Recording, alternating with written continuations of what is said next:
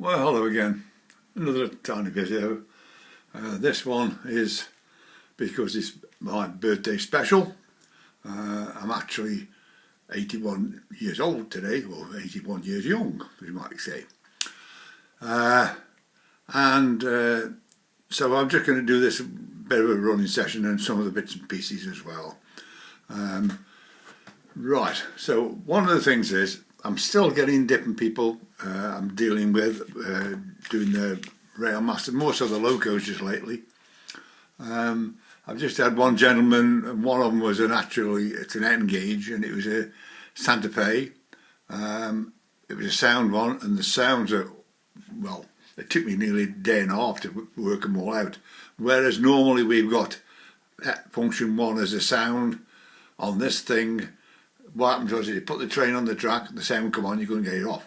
And what it was is on function 8, there was press it 3 times and you could turn the sound off. But on function 12, you could turn the sound on and off and have the train running without the sound on. And the bells and the whistles, it was a bit complicated, but I managed to do it, sent him all the 3 logos back to him again. I've just done another one.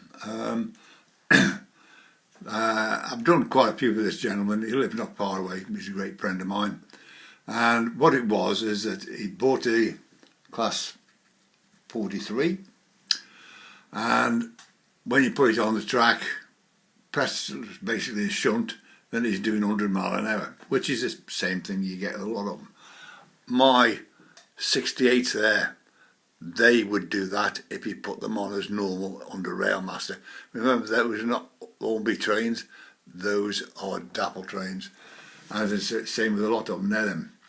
What you've got with decoders is if you've got a normal Hornby decoder or a TTS decoder, you can't alter the speeds.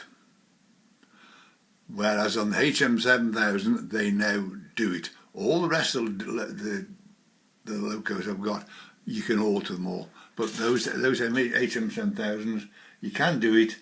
You can actually do it while the train's running on the track, but I don't do that. I just manually do it because that little sprog there, that thing there, is connected to my program track for my GMRI, and this one here is my Railmaster track. And I'll show you what I mean by this. If I just come out of here a second, if I now go to here, right now, if I go up here first, this is a Hornby class 67 TTS, right. If you now go down here to the program here, press the program, and you get this. If you go here for speed table, you can't do it. It doesn't exist. But one of the things is with these TTS ones is it's a sound level. If I click the sound level there, these are all the sound functions, and you can alter any one you want like this. Whereas what you've got to do, you've got to know which number the function is, such as like CB60, usually 60 to 75 all these are, but you alter them. Whereas this way you can alter them any way you want, and then just reset it and it works perfect, no problem at all.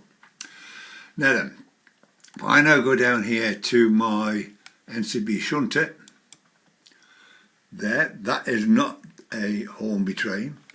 So if I now go to here, like this, and go to the speed table up here, there's 2 ways. The basic speed table, which is, that one there is the number 2 CB, then you got 5 and 6. You can alter them that way. That's how you normally would, most people have to alter their decoders. But if they go to this one here, which is the speed table, which is this, if I put that up there, if I go 123, right, if I just push this up here like this, and then go to match ends, that is normally how you'd see the train. Now if I set that off, that thing will go off like a bullet. But what I can do is I can actually alter these as any way you want, like this. If I then go down to 123, which it was, I can come out of there, 120. I can go in here and do this. 123, like that. Now if I now go to match end, there, that's it. And then all I've got to do is press the down here, right pulse sheet, and what'll actually happen is do this. The train isn't on the track, so it won't alter it anyway. You know, that's how quick it changes the CBs. Like this.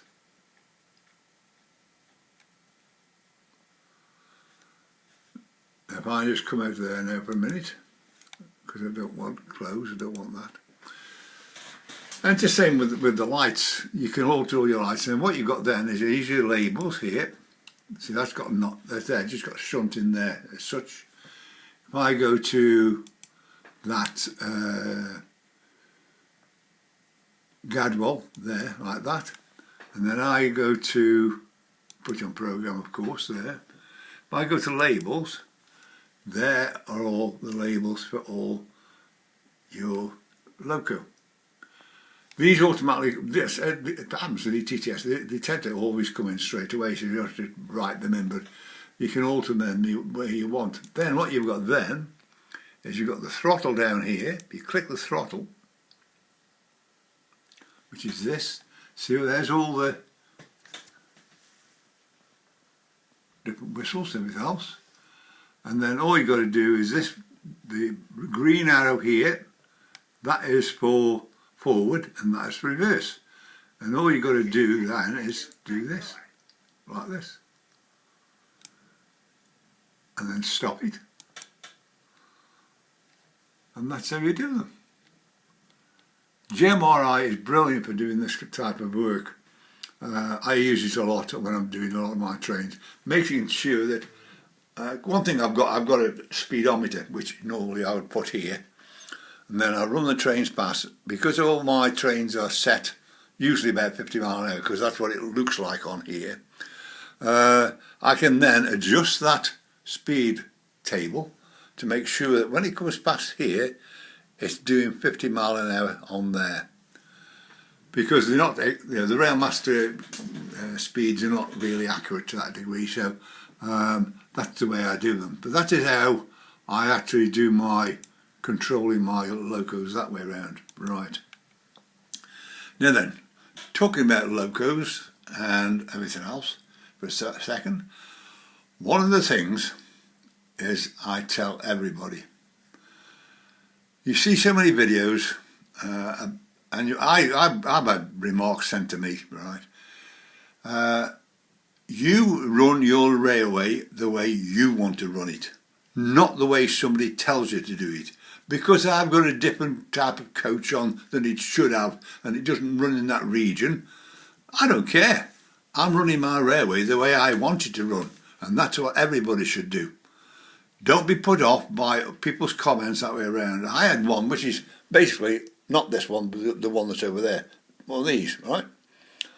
I can, if he put it in as a Hornby train, it comes up as 15 miles an hour max. But if you put it in manually, I can make that train do 60 miles an hour. So it's going around there, ubbing its head off. And somebody commented, that train only supposed to do 15 miles an hour. I know that, but I run the train. If that train's round there and I want it round here, I'm not waiting for 10 minutes for it to come round here. I'm going to run it fast to get it round here so I can start it up again. Right.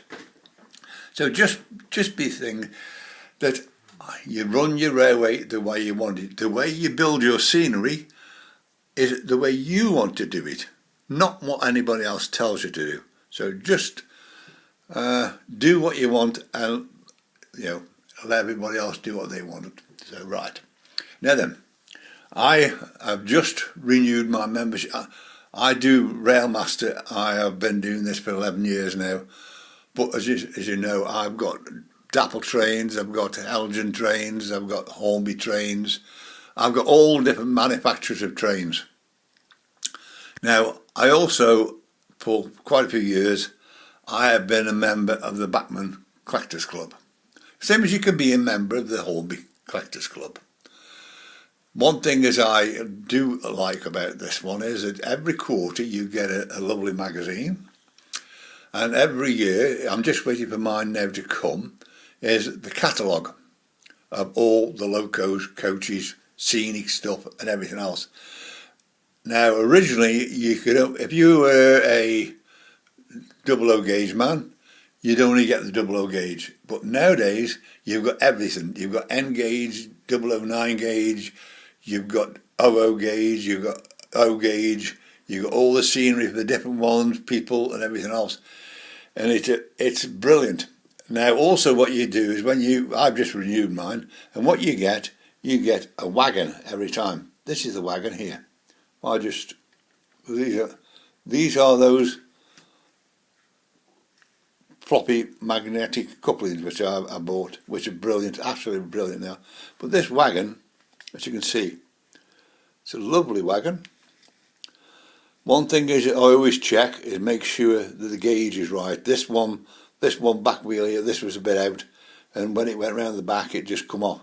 I just resetted it and that was it. So all you got to do with this now is if I put this back on the track like this, now watch,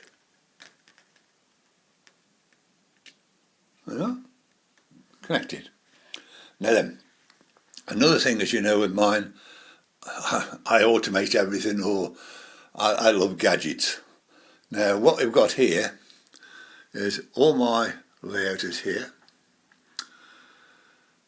All the lighting is controlled, the cars are controlled, everything is controlled by pushing buttons or switches. Now, if you notice over there, in that house over there, there's a red light upstairs, and there's one there.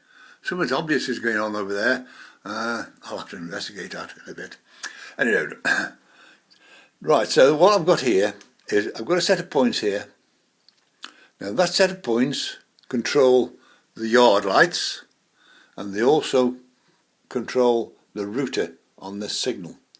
Now this signal itself is independent. A lot of my stuff is automated, but this particular one is done this way. So if I actually just click the light, it's like that. Now if I take it off a minute, so I actually just put so what I've done is put the lights to go into the yard, and see how the yard lights have come on. Now if I click the points here, the yard lights go out because it's going round the back into the turntable over this far side. Now the signal itself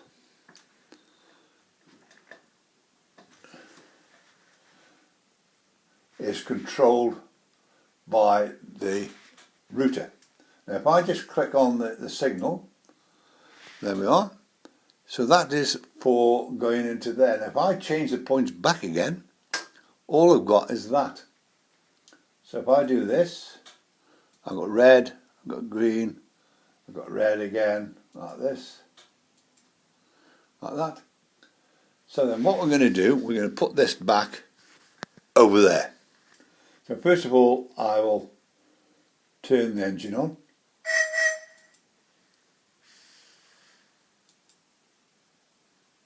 A second. There we go. Now what I'm going to do here, I'm going to change the points, which will turn the yard lights off. As you see, the yard lights have gone off.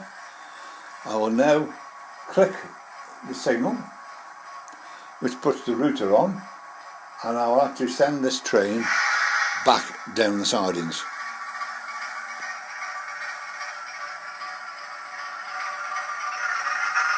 There it goes.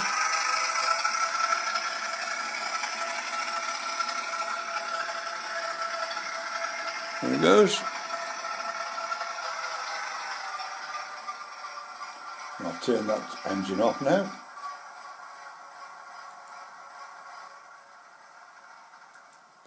Right. Now, as you remember from last time, this one here, which is Fragon set, this one here, which I bought for myself, I've now fitted with an HM7000 decoder in it. Now it's a class 33, but at the moment you can't get 33 decoders. You can only get 31s. So what I've done, I've put a class 31 decoder in it. For my birthday today, I bought off my children, I bought another one to go into that. So in the next couple of days, I shall be fitting that now with the same as this one's got in here. Now, you know, I can do automation all the way through this. Now, what I'm going to do, I'll show you this particular one now, since it's had its program fitted.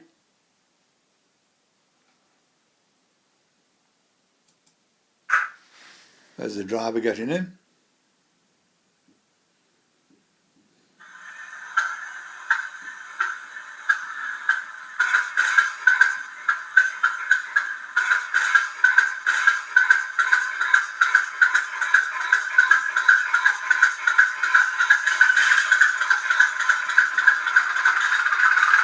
So I say the thing is that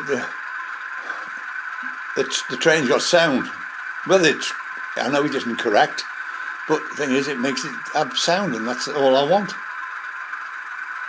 As I said, you shoot yourself. So this is all automated, this part is. And off it goes. Now this has got it's got its own program, as everything else on my layout has. So there it goes. Now when it gets round here, by rights, it should give a little horn toot.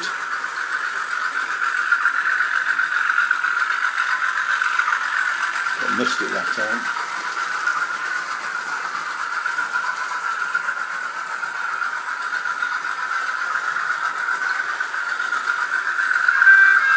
It's done this time. Sometimes these programs act up a little bit. More so as you've got to get the trains warm as well before we can do the proper programming. That's it. And this time it should slow down. You'll either brake squeal or carriage squeal, let's put it that way. Here it comes. Now it might sit where it should do, but this is its first run today. Yeah. So what I just do is I just move that up here because that's where I want it there. So that is the program for that. I've got a program for that as well. But what I'm going to do, I'm going to merge the two programs together. And I'll show you how we do that. Now you'll hear the driver get out.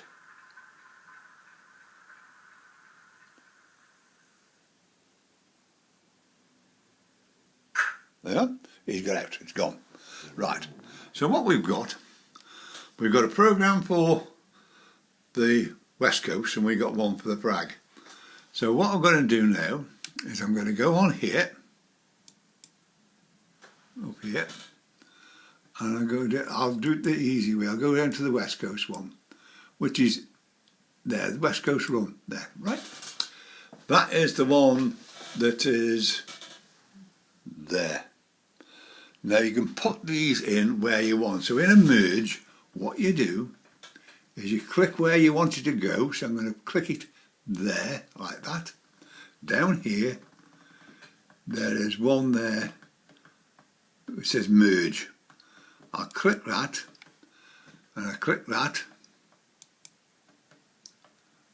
Now I've got to find that frag now, because I'm on the West Coast. So I'll go down here.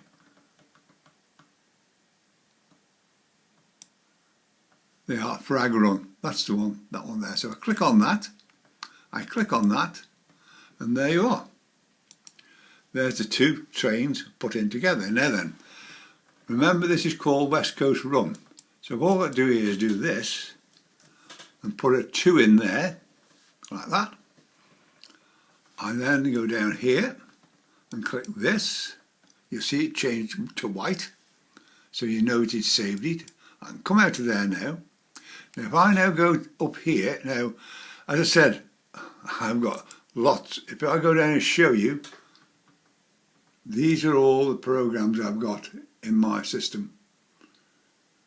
Now to hunt a particular program, I can change that by putting it in there. I haven't done that on this, just to show you a demo. So there's that West Coast run there, right? So we get there and we click the blue light there. There's he's got in there. This one is now starting up as well, although he hasn't got the sound in, of course. What you've just seen with that is going to happen, but this is going to do its one as well. So they're doing them together.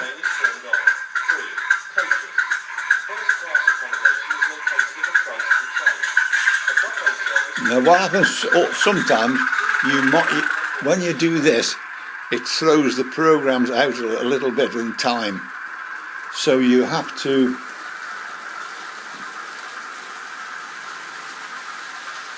there we go. So that one's doing its own little bit, this is doing its own little bit. Now you might find that they will stop in the wrong place. And you've got to, see, they're just going around together like that now. So I can just sit here and watch them. I can program them the way I want to do them. I can control them individually, I can control them by program, I can do it by this, like a merge. Well, it's going round. Now this one should slow down. Now this most probably will stop short up there.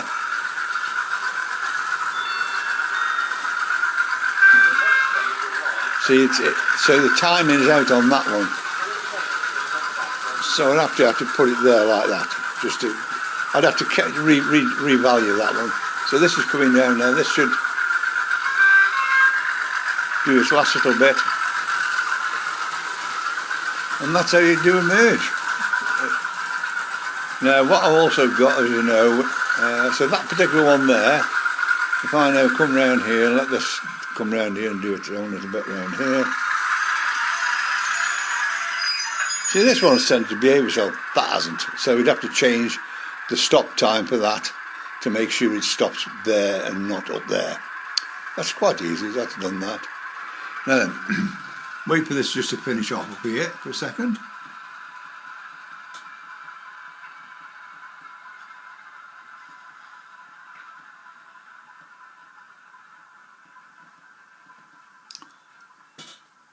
You can see what it's doing there. Well, also is those horns, sometimes if you put the same horn in twice, the second one doesn't always work.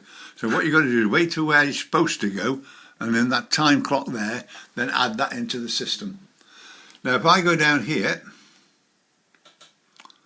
and go to here, which is the scheduling, that is the scheduling that I've got built in already. So you do the first one, time it, then a couple of seconds after you put the second one in, then you have to run the two together, then you're done the third. So it takes a bit of time to get you to this stage. You can do 100 simulations in this package alone. And all you've got to do is when you put them in, you get these come up like this. Like that. Oh, you haven't got one there, sorry, there. Got them. And then you click this, and that'll set the time clock. And then all you've got to do then is, this is 11 o'clock, so I can alter that clock to 11 o'clock, just before 11 o'clock, and 11 o'clock all this lot kicks up on its own. Now the thing you've got to remember is that come tomorrow, if I come up here to do some work and then gone downstairs to make a cuppa, and it's just before 11 and I don't think about that, what happens is that this lot kicks off at 11 o'clock on its own. So what you've got to do to make sure you don't get it to do it is take all the ticks out like that, click that, and that stopped it, stopped the clock. And that's as easy as that. That's how you do it. So say the way I do things like this now, I can do anything like this for you at any time. Now most of this stuff, like these programming the signals and everything else, is they are all done by Pro. You can't do it with a normal Railmaster, you can only do it with Pro. Now over there's a double-headed signal. Over here there's a double-headed signal. And that is for this set of sidings here. Now at the moment, as you can see from here, this is the distance signal. That is clear for the main line, and that is the siding one there. Now if I click the points there, what happens is it's green here and it's green over there to go into the siding, and it's amber here and saying the next signal is stop, and when you get around there the signal is stop. So I can automate, they're all automated, all my points and signals are like that. So these are the type of things I can do. I can do these programs, and some say also I've got my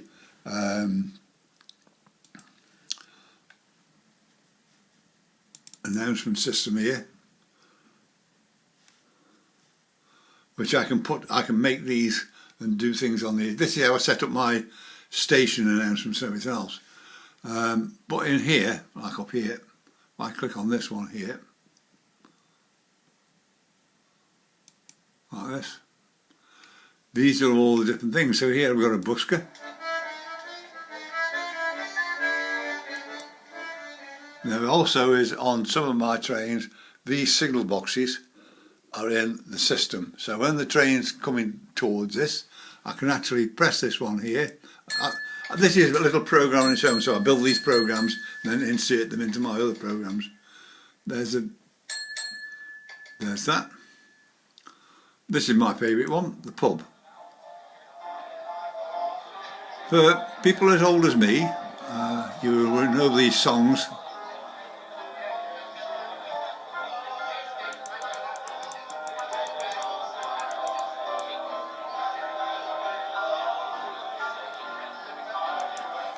I've got an ice cream van.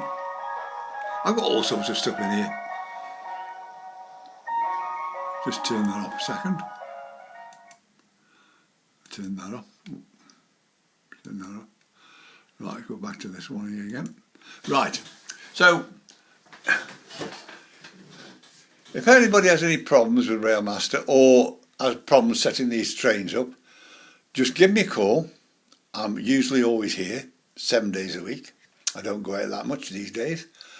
You can get me on 01782 302194, or you can see my email there, just is on the same, all the videos. And please get in touch. Don't be thinking you're a bit daft because you've got to ask me something. I've been through it, and so say I've been doing this 11 years. The hundreds of people that I've had come through my hands is unbelievable. And some of these problems that you've got can be gnawing at you. And sometimes I can do this in a couple of minutes. Set things up in a couple of minutes, because I've had all the problems there are in Railmaster. I've seen them. I haven't had them, but I've seen them and I've sorted them. So straight away I know a certain thing, like that train, it's doing... sometimes what happens is you put a train in a Hornby and you put it on shunt and it's doing 80 mile an hour. What that is, what you have to be careful of is where you look at your trains on the train list over here, underneath the cruise is a maximum speed, because all the Hornby trains have been fitted with maximum speeds. Sometimes that sometimes jumps and goes to 1. That means that's going to go off like a lunatic. So the only problem with that is you've got to take the train out and put it back in again. That's the only way you can solve it. You can't do it any other way. So all these type of things I can solve for you. So please contact me. I'm always here. It's nice to have a chat to you.